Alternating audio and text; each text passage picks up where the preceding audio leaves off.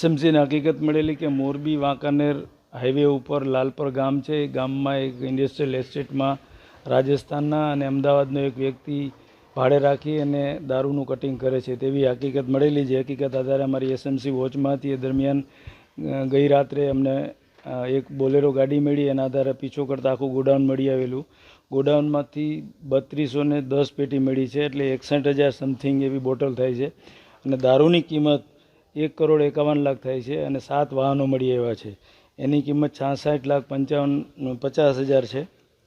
10 mobile છે, 10 આરોપીઓ છે અને ટોટલ મુદ્દામાલની કિંમત 2,18,00,000 રૂપિયા જેવી થાય છે. આ જે ગોડાઉન છે, ગોડાઉનનો માલિક ભવાનીસિંહ છે, લાલપરના છે. એને 5 મહિના પહેલાં જીમિત શંકરલાલ પટેલ, જે રહેવાસી અમદાવાદનો છે, એને ભાડે આપેલું. અને રાજસ્થાનથી ભરત મારવાડી અને એની સાથે બીજો એક રાજારામ મારવાડી ને પાટણમાં રહી અને દર અઠવાડિયે 2 ગાડીઓનું કટિંગ કરતો હતો, એવી પૂછપરછમાં જણાઈ આવેલ છે. એ માલ આવતો હતો રાજસ્થાનથી અને આ આજુબાજુમાં હળવદ મોકલતો હતો, પછી ચોટીલા ખાતે જતો હતો, વાંકાનેર થતો હતો અને થાન જતો હતો અને મોરબી સિટીમાં જતો હતો. બાકીની જે ક્યાં માલ ક્યાંથી લાવતો હતો, કેને મોકલતો હતો, એ તપાસનો વિષય છે. તપાસમાં ખુલશે તે રીતે ખબર પડશે. અત્યારે મેઇન જે આરોપી છે જીમિત, એનું મેં આઈન સંચાલન અહીંયા કરતો હતો. રમેશ કરીને, રમેશ પૂજા, પટણી, કચ્છનો છે.